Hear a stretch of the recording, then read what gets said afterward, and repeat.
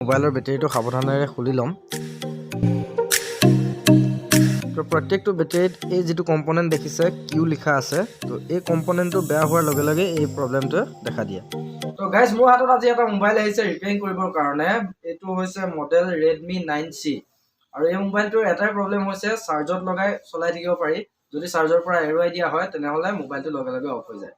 তো আপোনাৰ মোবাইলটো কেতিয়াবা এনেকুৱা প্ৰব্লেম দিব পাৰে যে আপুনি চাৰ্জত লগাই মোবাইলটো ইউজ কৰিব পাৰিছে আৰু যেতিয়া চাৰ্জৰ পৰা এৰাই দিব লগে লগে মোবাইলটো আপোনাৰ অফ হৈ যাব পাৰে। আৰু এনে সমস্যা হ'লে আপোনাৰ ঘৰতে বহি নিজে আপুনি এডাল কেৱল চল্ডাৰিং আইৰণৰ সহায়ত নিজে ৰিপেয়াৰিং কৰিব পাৰিব। তো কেনেকৈ কৰিব সকলোখিনি তথ্য আজিৰ ভিডিঅ'তে জনাবলৈ গৈ আছোঁ। এই সমস্যাটোৰ মূল কাৰণ হৈছে বেটেৰী। আপোনাৰ মোবাইলৰ বেটেৰীটো ডেমেজ হোৱাৰ লগে লগে এই সমস্যাটোৱে দেখা দিয়ে। আৰু আপুনি যদি এই সমস্যাটো দিয়াৰ লগে লগে মোবাইল ৰিপেয়াৰিং দোকানত যদি মোবাইলটো বনাবলৈ দিয়ে, তেনেহ'লে আপোনাৰ মোবাইলৰ বেটেৰীটো সলনি কৰাৰ নামত ৰিপেয়াৰিং কৰি পঠাই দিব পাৰে।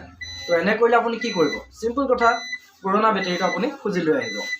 তো ব'লক তেনেহ'লে দেৰি নকৰি আমি মোবাইলটো সোনকালে খুলি লওঁ, তাৰপাছত কেনেকৈ